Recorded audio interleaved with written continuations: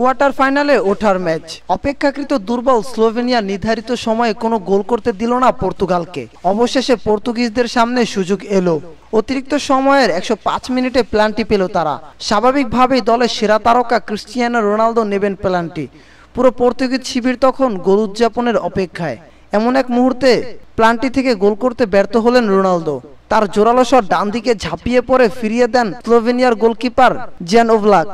ম্যাচের শেষ মুহূর্তে এসে এমন সুযোগ মিস। রোনালদো যেন নিজের চোখকেই বিশ্বাস করতে পারছিলেন না। রীতিমতো কান্নায় ভেঙে পড়েন 5 বারের ব্যালন ডিওর জয়ী এই তারকা। শিশুর মতো ফুপিয়ে ফুপিয়ে কাঁদতে থাকা রোনালদোকে এসে জড়িয়ে ধরে সান্ত্বনা দেয় তার সতীর্থরা। তবু কান্না যেন থামছিলই না। ছেলের এমন কান্না দেখে আবেগীয় হয়ে পড়েন রোনালদোর মাও। এ সময় গ্যালারিতে বসে কাঁদতে দেখা যায় তাকে। রোনালদো আর তার মায়ের এমন কান্না ভেজা চেহারা অবশ্য ম্যাচ শেষে হাসিতে রাঙিয়েছে পর্তুগিজ গোলকিপার ডিয়াগো কস্তা। টাইব্রেকারে স্লোভেনিয়াকে 3-0 ব্যবধানে হারিয়ে কোয়ার্টার ফাইনালে নাম লিখিয়েছে পর্তুগাল। টাইব্রেকারে স্লোভেনিয়ার প্রথম 3 শটই ঠেকিয়ে দেন কস্তা।